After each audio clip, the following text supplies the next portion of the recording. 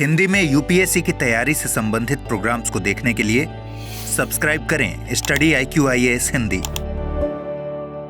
नमस्कार, study IQ-IAS Hindi में आप सभी लोगों का बहुत बहुत स्वागत है। मेरा नाम है वीरत दुबे। दोस्तों, ये जो प्रोग्राम आपका जो कि बहुत ही चहेता प्रोग्राम है, जो यूपीएससी संवाद के नाम से धीरे धीरे ख्याति प्राप्त हो रहा है, जिसमें आप लगातार विकास सर और पंकज सर को देखते हैं। विभिन्न विषयों पर तमाम सारे डायमेंशंस यानी आयामों के साथ वो आप लोगों के साथ चर्चा करते हैं। चर्चा का पक्ष भी इस तरीके का रहता है कि अगर आप यूपीएससी की तैयारी कर रहे हैं और किसी भी तरीके से उसको सहज भाव से समझने का प्रयास करें तो आपके लिए ये प्रस्तुतिकरण बहुत बेहतरीन रहता है। तो फिर मैं आज इस प्रोग्राम में क्या कर रहा हूँ, क्योंकि अभी तक तो इस प्रोग्राम में नहीं था। आज का जो प्रोग्राम है वो थोड़ा विषयात्मक है, मतलब एक किसी खास विषय को लेकर के है और वो खास विषय इतिहास का है। और आपने देखा होगा कि पिछले कुछ लगातार समय से या कुछ एक आध महीने से अगर आप देख रहे हैं तो एनसीईआरटी में बहुत सारे चैप्टर्स हिस्ट्री को लेकर के लगातार चेंजेस कर रहे हैं। तो एक पंकज सर ने और विकास सर ने चर्चा का प्रोग्राम रखा कि इसमें हम लोग हिस्ट्री के आयामों को चर्चा करें, जिसमें मैं भी शामिल हो जाऊं। तो मेरे लिए तो सौभाग्य की बात थी, तो मैं शामिल हूं और आज मैं ही इस प्रोग्राम की शुरुआत कर रहा हूं।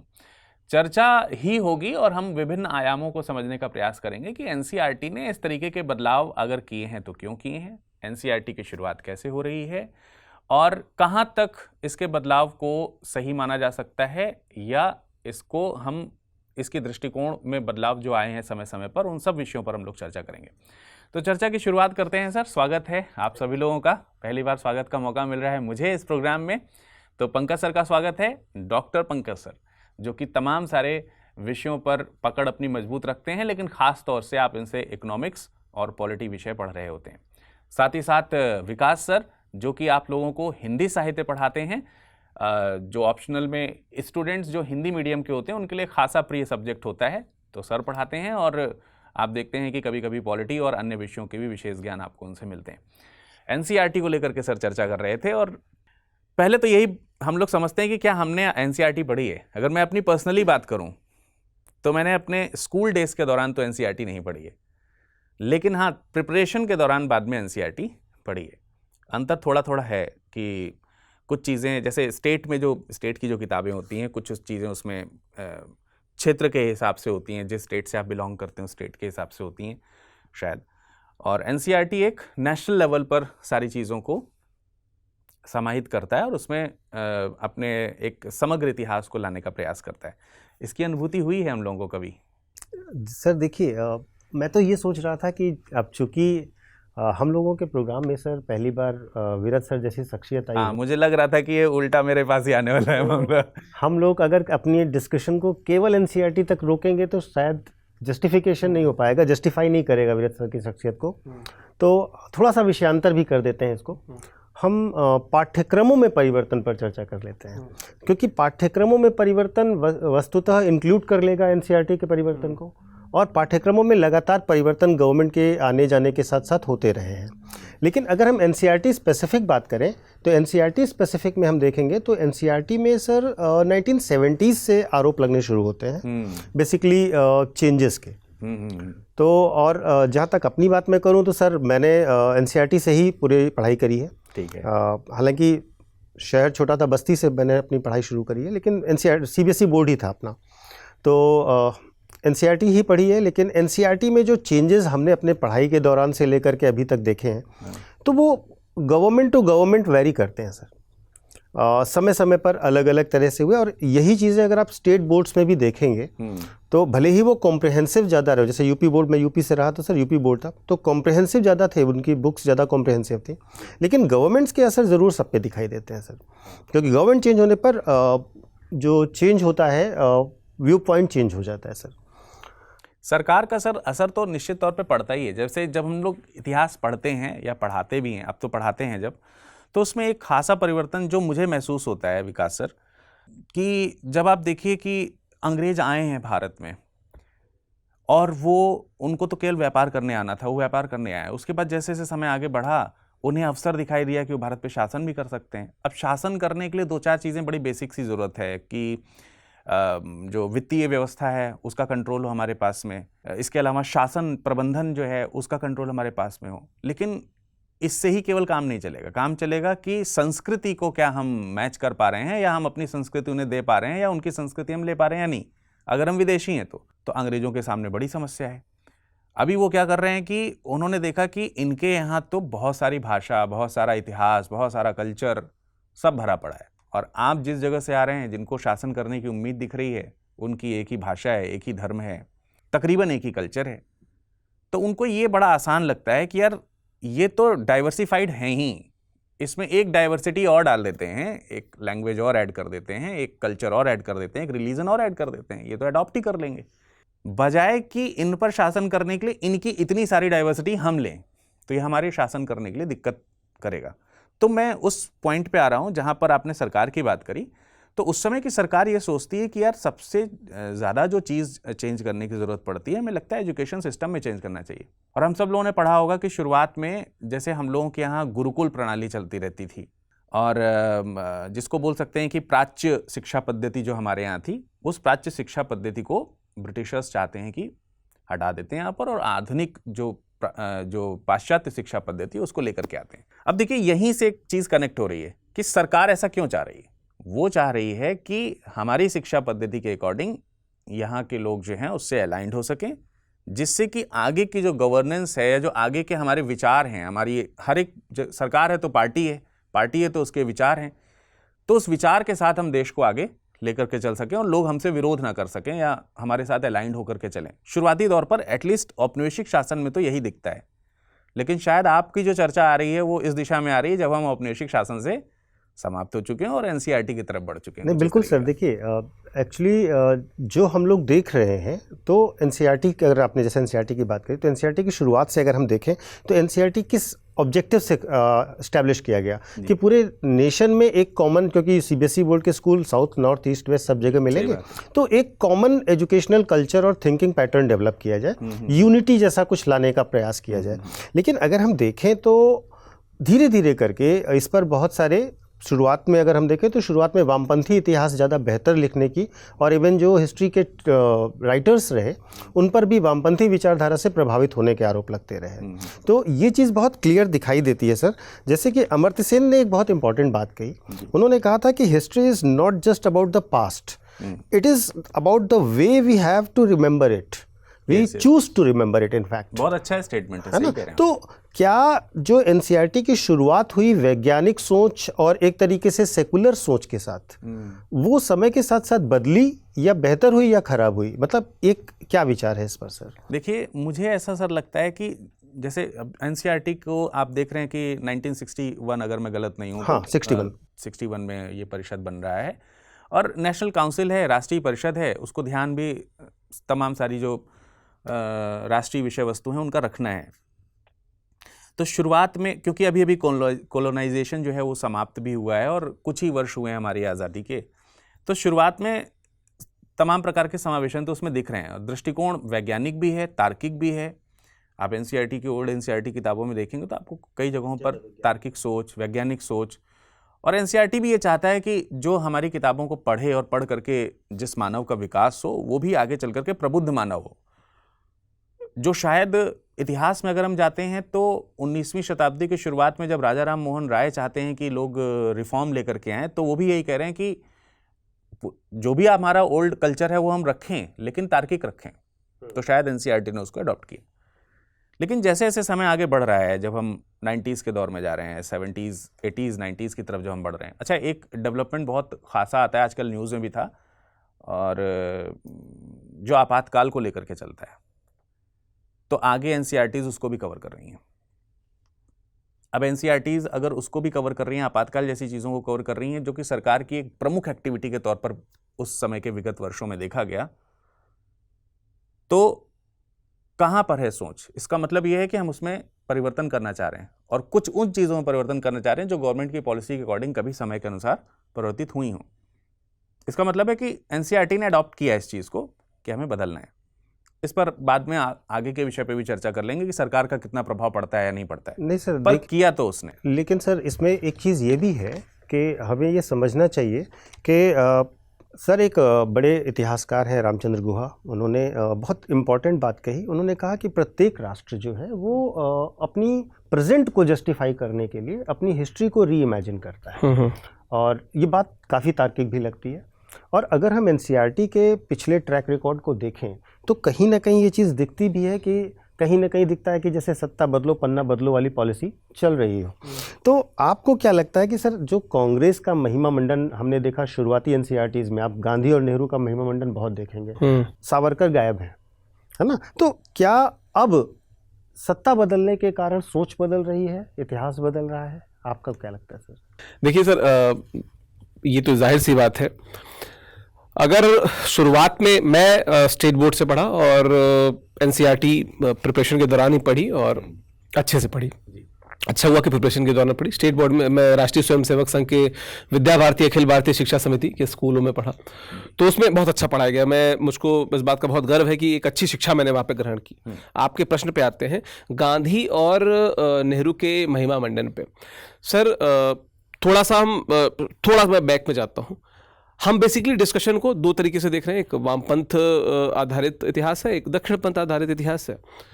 मैं कहता हूं कि दक्षिण पंथ में भी ऐसे बहुत से ऐसे लोग हुए, चाहे अटल बिहारी वाजपेयी जी की बात कर लीजिए या अन्य उनके सहयोगी लोग, बहुत से ऐसे लोग, जॉर्ज फर्नांडिस, जिन्होंने अपने अलग अलग मेमोयर में इस बात को पूरी तरीके से कहा है कि चाहे गांधी हो चाहे नेहरू हो, उनका महात्म्य कहीं से कम नहीं है।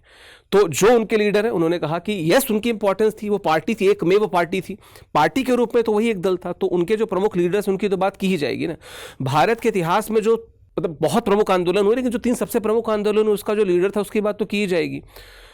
रही बात वामपंथ की, तो चूंकि जिस समय भारत आज़ाद हुआ उस समय भारत में समाजवाद हावी था, और समाजवाद को हम कह सकते हैं कि वामपंथ का थोड़ा लिबरल स्वरूप है, तो निश्चित तौर पे जो हमारा इतिहास था उस पर उसका प्रभाव दिखा, और जो किताबें थी उस पर उसका प्रभाव दिखा। आपने सावरकर जी की बात की। अब देखिए, सावरकर जी की जो किताब है 1857 का स्वातंत्र समारोह, मैंने पढ़ी हुई है और मुझे कुछ बहुत अच्छी तरीके से लिखी हुई किताबों में से एक लगती है। सावरकर जी के बारे में बहुत सारी टिप्पणियां, मैं इतिहासकार तो हूं नहीं, इतिहास पढ़ाता हूं, इतिहास के साक्ष्यों में कभी सर्च करूंगा, हो सकता है भविष्य में कुछ करूं तो जरूर देखूं। जो साक्ष्य मिलते हैं उस हिसाब से सावरकर जी के 2 फेज दिखते हैं। शुरुआती फेज में वो असाधारण क्रांतिकारी के तौर पे दिखते हैं, सेकेंड फेज में वो थोड़े से शांत और रिफॉर्मेटिव एक्शंस की तरफ ज्यादा दिखते हैं। हो सकता है कि जो इतिहास हमने पढ़ा हो या जो इतिहास हमें लगता है कि हमने पढ़ा है और वही सही है, हो सकता है उसमें कुछ ऐसी चीज़ें जो मिसिंग लिंक हो, शायद सरकार उन पर बात कर रही हो। और मैं तो पूरी तरीके से मानता हूं कि रिस्पॉन्सिबल गवर्नमेंट है, लोकतंत्र है, लोकतंत्र में सरकार और सरकार की एजेंसी किसी किताब में किसी सब्जेक्ट को, किसी विषय को डालेंगे तो रिसर्च करके डालेंगे, उनके रिसर्च पेपर होंगे।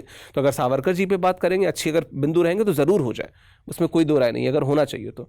जैसे मैं आपको बताता हूँ, हम लोग पढ़ते थे तो टंगुटूरी प्रकाशम पंतुलू, कंदीकुरी वीरेशलिंगम पंतुलू, बहुत सारे लोगों के बारे में पढ़ा करते थे, पंतुलू साहब या ऐसे पांडे कट्ट बोमन। आपको याद भी है, बहुत सारे लोगों को तो याद भी नहीं होगा। बस वही सर, मुझे तो नहीं याद, शुरुआती शिक्षा का असर है कि वो याद है।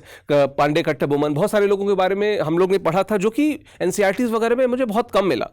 तो मुझे ऐसा लगता है कि अगर ये तरीका है, वामपंथ दक्षिण पंथ को साइड रख देते हैं, वे लोग जो किसी भी प्रकार से भारत के स्वाधीनता संग्राम में जिन्होंने योगदान दिया, उन सबको समावेशी रूप से, हम समावेशी विकास की बात करते हैं, समावेशी इतिहास की बात क्यों नहीं करते हैं? तो समावेशी इतिहास के रूप में उनको प्रेजेंट किया जाना चाहिए।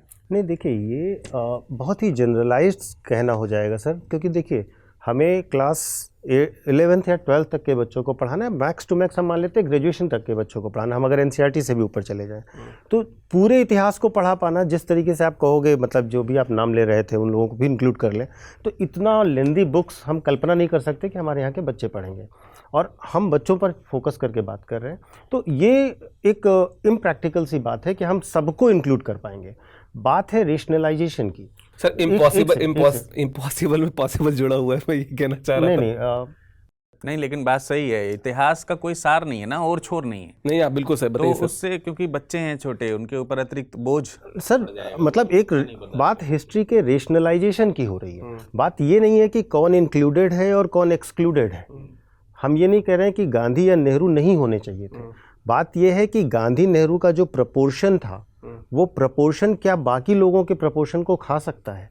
ये इतिहास का रेशनलाइजेशन नहीं किया गया, ठीक है। और तो बेसिकली क्या है कि जब आप हिस्ट्री लिख रहे हैं, ठीक है, तो आपको एक एक समावेशी हिस्ट्री लिखनी होगी। हिस्ट्री को एक पक्ष की तरह नहीं लिख सकते। वही मैंने बताया। लेकिन नहीं, आप जो है फोकस कर रहे थे कि सबको इंक्लूड करना पड़ेगा, तो इंक्लूड नहीं कर सकते सबको। मैंने सिर्फ समावेशी हिस्ट्री की बात की थी। और अगर हम उस बात की भी बात करें जहाँ पर आप कह रहे हो कि नहीं गांधी नेहरू जस्टिफाइड थे, तो यहीं पर तो मुद्दा है, प्रॉब्लम ही यहीं पर है। क्योंकि अगर मान लीजिए आपने कहा जैसे अटल बिहारी जी हैं या बाकी लोग हैं, उन्होंने कहा कि हाँ उनका जो कंट्रीब्यूशन है वो रिमार्केबल है, निश्चित तौर पर रिमार्केबल है, और गांधी जी के आंदोलन भी रिमार्केबल है। लेकिन उसी आंदोलन के साथ साथ जब हम बाकी सारे पहलुओं पर नहीं जाएंगे, और उस दौरान में जिस दौरान गांधी के आंदोलनों की बात करें, तो सर एग्जैक्टली उस वक्त के मार्क्सवादी आंदोलनों की तो बात नहीं कर रहे हैं हम।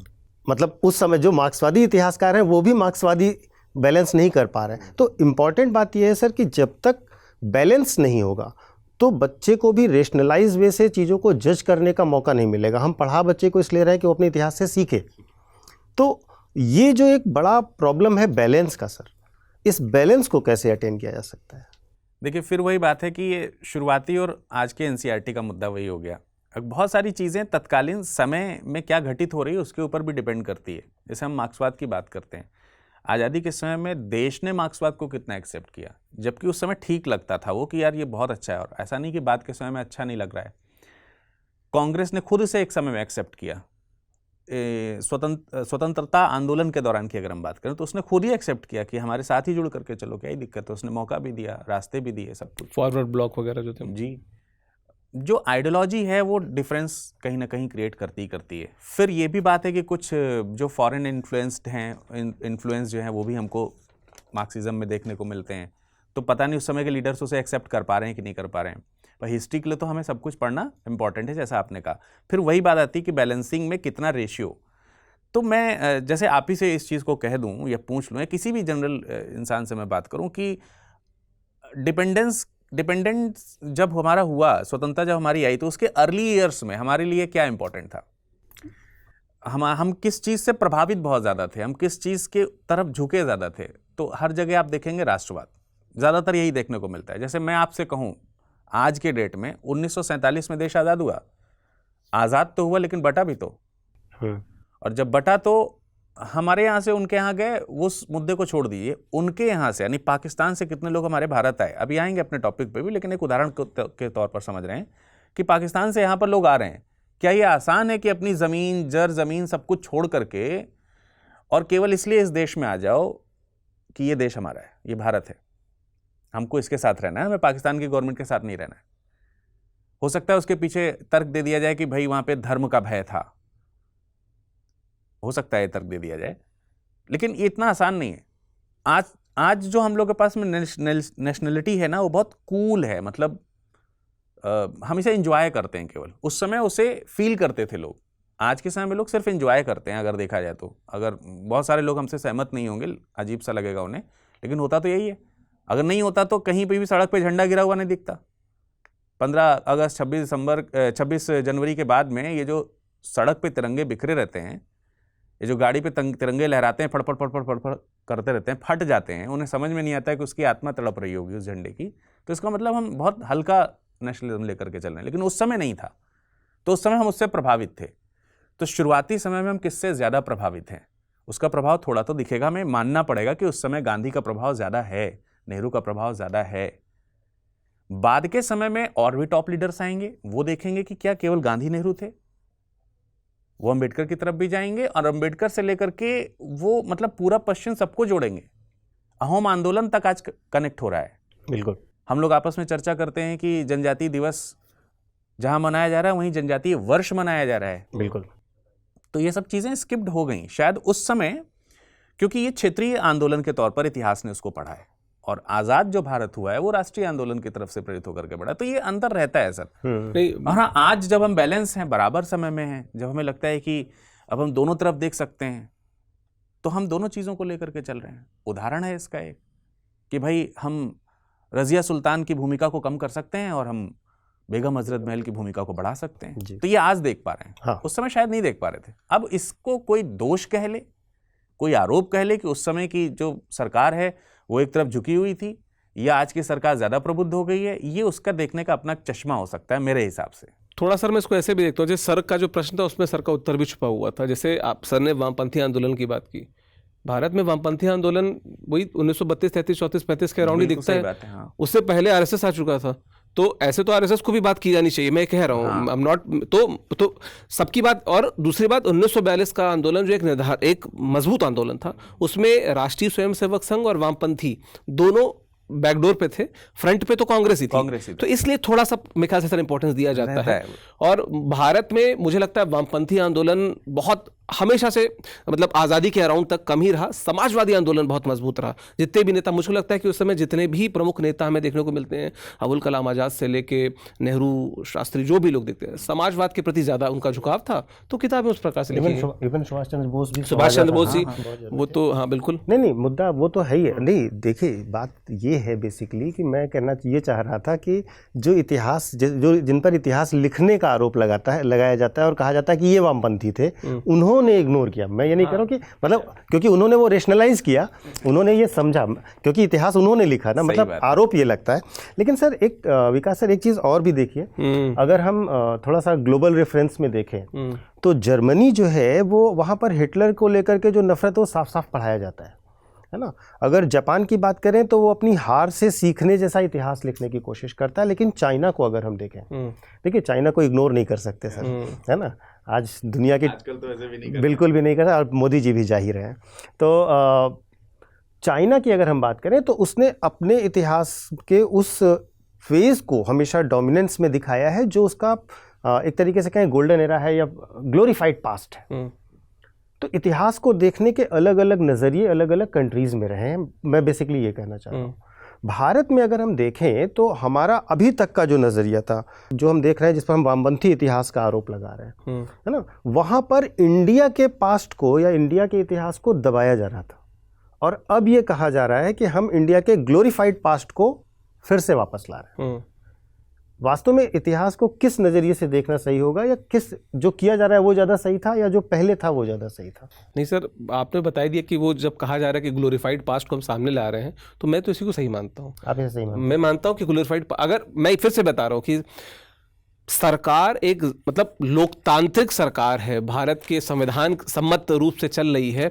अगर वो कह रही है कि हम ग्लोरीफाइड पास्ट को सामने ला रहे हैं, तो मैं भारत का नागरिक होने के नाते सबसे पहला बेनिफिट ऑफ डाउट सरकार को ही दूंगा कि वो निश्चित तौर पे ग्लोरीफाइड पास्ट को सामने ला रहे होंगे। हालांकि शुरुआत में मैंने बताया कि आज़ादी के समय में जिनका इंपॉर्टेंस ज़्यादा था उनको ज़्यादा दिया गया।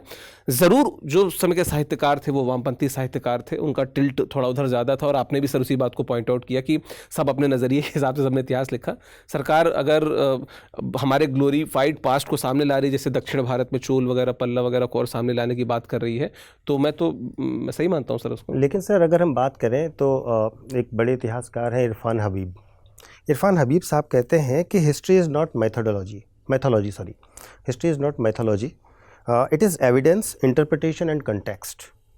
आप अननेसेसरी ग्लोरीफाई नहीं कर सकते, जो फैक्ट है वो बताइए, जजमेंट पढ़ने वाले पर छोड़िए, समझाने वाले पर छोड़िए।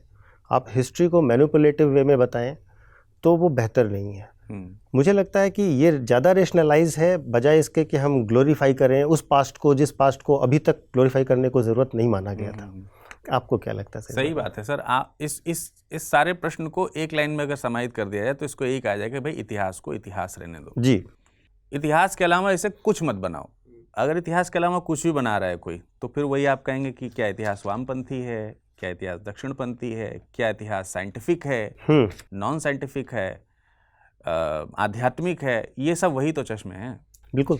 किसी भी दृष्टिकोण में इतिहास सिर्फ इतिहास है। एंड हो सकता है कि मैं विषय पढ़ा रहा हूँ ये, इसलिए मुझे ऐसा मैं कहूँगा तो आपको लगेगा कि पार्शियलिटी है अन्य विषयों के साथ में लेकर के। लेकिन मुझे लगता है जितना ट्रू सब्जेक्ट ये है, जितना प्योर सब्जेक्ट ये है, इतना प्योर शायद पता नहीं और सब्जेक्ट कोई होगा कि नहीं होगा। क्योंकि ये तो वो है ना जो बीत चुका है, जिसे आप और हम, क्या दुनिया की कोई भी ताकत इसे बदल ही नहीं सकती है। वही वो कह रहे हैं हबीब साहब। तो मुद्दा यही है सर। और इतिहास का मतलब ये है कि भाई ये हो चुका है, अब इसमें आप चेंज ना करो। दिक्कत यही है कि हम जो हो चुका होता है उसे कैसे बताएं और आपको कैसे समझाएं। अब समस्या ये है कि उस समय में ना आप हैं ना हम हैं। तब इतिहास को कहने वाला कौन है? तब इतिहास को कहने वाले एविडेंसेस हैं। लेकिन जब एविडेंसेस मिलते हैं तो उसको भी हम कैसे देख रहे हैं, ये भी अपने आप में एक मुद्दा हो जाता है। जैसे इंडस वैली सिविलाइजेशन आज तक डिकोड नहीं हो पाई, या डिकोड हुई हैं लेकिन उसकी डिकोडिंग को लेकर के हम तमाम सारे जो इतिहासकार हैं वो एकमत नहीं दिखते, तभी हम कहते हैं कि वो डिकोडेड नहीं है। तो एकमत क्यों नहीं दिख रहे हैं? क्योंकि कोई कह रहा है कि इसका मतलब ये है, दूसरा इतिहासकार कह रहा है कि इसका मतलब ये है। जैसे हम लोग पढ़ते हैं कि वहाँ से एक मोहर मिली जिस पे स्वास्तिक का निशान बना हुआ है। अब कुछ कह रहे हैं कि वो स्वास्तिक का निशान है, कुछ ये भी कह रहे हैं कि ये तो नाजीवाद जैसा है। तो इतिहास, लेकिन वो जो सील है वो जो है वो वही बताएगी, जब आप उसे समझ पाए तब, अपनी तरफ से उसे नहीं। इसी तरीके से विचार भी हैं सर। नहीं सर, एक हिस्ट्री में मैंने पढ़ा था, एक विवाद एनसीईआरटी का मैंने भी पढ़ा था, जहाँ पर आर्यों को गाय का मांस खाने वाला बताया। इसको लेकर के भी एक बार बहुत विवाद हुआ है हिस्ट्री की बुक्स में। तो अब वहाँ पे जब पढ़ते हैं तो वो कुछ और सेंस में कहा गया है, इंटरप्रिटेशन वाले कुछ और सेंस में कह रहे हैं। सरकार आती है तो उसको हटाना है या जोड़ना है, वो सरकार पे तरीके की चीज़ें रहती हैं। जैसे अतिथि को लेकर के ही लोग कह देते हैं कि वो गोहंता है। हाँ, दैट वाज द टर्म। हाँ, सिंपल सा मीनिंग निकालते हैं कि अच्छा अतिथि जो है वो गाय को खाता है, ऐसा करके। तो उसमें नहीं जाएंगे क्योंकि फिर उसके लिए हमें पूरा टॉपिक पढ़ाना पड़ेगा, लेकिन ऐसे टर्म्स कंफ्यूज करते हैं लोगों को, और इसके एक्सप्लेनेशंस जो हैं वो एक्सप्लेन करने वाले के ऊपर डिपेंड करते हैं कि वो कैसे एक्सप्लेन कर रहा है। इतिहास में और प्राचीन, जो चाहे वैदिक साहित्य की बात करें या किसी दूसरे रिलीजन के भी टेक्स्ट की बात करें, वो जिस भाई साहित्य की यही खूबसूरती है कि उसमें सिर्फ शाब्दिक अर्थ का महत्व नहीं है। ये विकास सर ज़्यादा अच्छे से बता पाएंगे, उनके एरिया में थोड़ा सा इनक्रोच कर रहा हूँ, लेकिन ऐसा ही है कि उसकी अपनी एक भाषा है, उस भाषा का सही अर्थ उसके भावार्थ से निकलेगा, जो शब्दार्थ लिखा है उससे नहीं निकलेगा। ज़्यादातर लोग शब्दार्थ निकालते हैं तो गड़बड़ा देते हैं। खैर, हम लोग थोड़ा सा दूसरी दिशा में चले गए, लेकिन वहीं आ रहे हैं कि इतिहास वही है कि भाई आप उसे बदल नहीं सकते, और बदलना चाहिए भी नहीं। इसलिए मैं कहता हूँ अपने स्टूडेंट से भी, जब जो लोग हमारे पेड बैच के स्टूडेंट अगर देख रहे होंगे तो वो इस चीज़ को कोट कर रहे होंगे कि मैं दसियों बार इस चीज़ को हमेशा बोलता हूँ अपनी क्लास में कि अगर इतिहास पढ़ना है तुम्हें और समझना है तो उसके लिए इतिहास में जाना सीखो, जियो इतिहास को। आज के समय में हम ये कह दें कि अंबेडकर जी कैसे थे, जिन्ना कैसे थे, गांधी जी कैसे थे, ये सबके अपने अपने पक्ष जो हैं वो विभिन्न चीज़ों को पढ़ करके होते हैं। आप जिन्ना बनो, आप गांधी बनो उस समय के लिए, आज के लिए नहीं, उस समय के लिए बनो।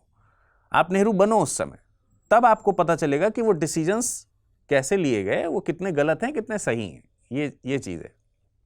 तो इतिहास को केवल जीना है, और जीने का मतलब उसी समय में जाकर के वास्तविक अध्ययन करना है, बस इतना ही। लेकिन सर अगर हम ये कहें सर, आज की नई जनरेशन जो आई है, चैट जीपीटी और एआई वाली, तो मुझे लगता है आप इतिहास कुछ भी लिखें, वो इतने स्मार्ट है कि वो फैक्ट चेक कर ही लेंगे।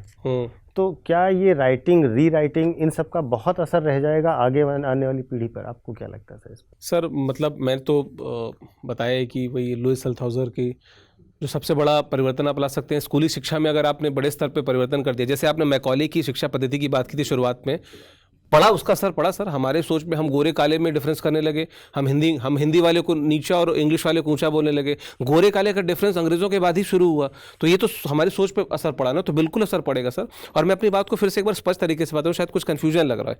मैं सीधी सी बात ये कहता हूँ कि जो भी सरकार आती है वो अपने हिसाब से कुछ रिसर्च कमेटी को रखती होगी, हम ये मानते हैं। लोकतांत्रिक सरकारें हैं, सरकारें जब किसी अगर दक्षिण भारतीय इतिहास को सामने लाएं, किसी भी इतिहास को सामने लाएं, दक्षिणपंथी इतिहास को सामने लाएं, मैं ये मान के चलता हूं कि वो क्रेडिबल सरकारें हैं, तो इसके प्रूफ भी देंगे कि उनका क्या पर्सपेक्टिव है और किसको देख के उन्होंने लिखा हुआ है। इतिहास का अर्थ सर आपने बताया भी था कि जो हो चुका हो और जो स्क्रिप्टेड हो, जो डॉक्यूमेंटेड हो। डॉक्यूमेंटेड नहीं हो तो हम इतिहास नहीं मानेंगे, फिर कल्पना मानेंगे। तो सरकार ने अगर जैसे कुछ बिंदुओं पे मुझे तार्किक रूप से थोड़ी आपत्तियां भी थी, जैसे बिरसा मुंडा की बात मैंने इसको पहले आपसे एक बार डिस्कशन चला तो मैंने बताया था कि बिरसा मुंडा ने भाई उस समय के जो जमींदारों का विरोध किया था, हिंदू जमींदार थे, और मिशनरियों का विरोध किया था, तो उसमें हिंदू शब्द हटा दिया गया। इसका कोई औचित्य नहीं था यार, जानने दो, लोगों को पता चले कि उस समय जब भारत गुलाम हुआ तो उस गुलामी में हमारे लोगों का भी योगदान था। सही बात है। ये वाला पॉइंट मतलब ऐड होना चाहिए। मैं आपको बीच में रोक जरूर रहा हूँ। ये वाला पॉइंट इतिहास पढ़ते समय बहुत ज़रूरी है कि भाई जो सच है उसे स्वीकार करो। आप चाहे जिस भी विचारधारा के हैं, उसी विचारधारा में कमियां भी हो सकती हैं। हम हमेशा क्यों ऐसा कहते हैं कि हमारी विचारधारा श्रेष्ठ ही होगी और उसमें कमी या परिवर्तन सही नहीं है?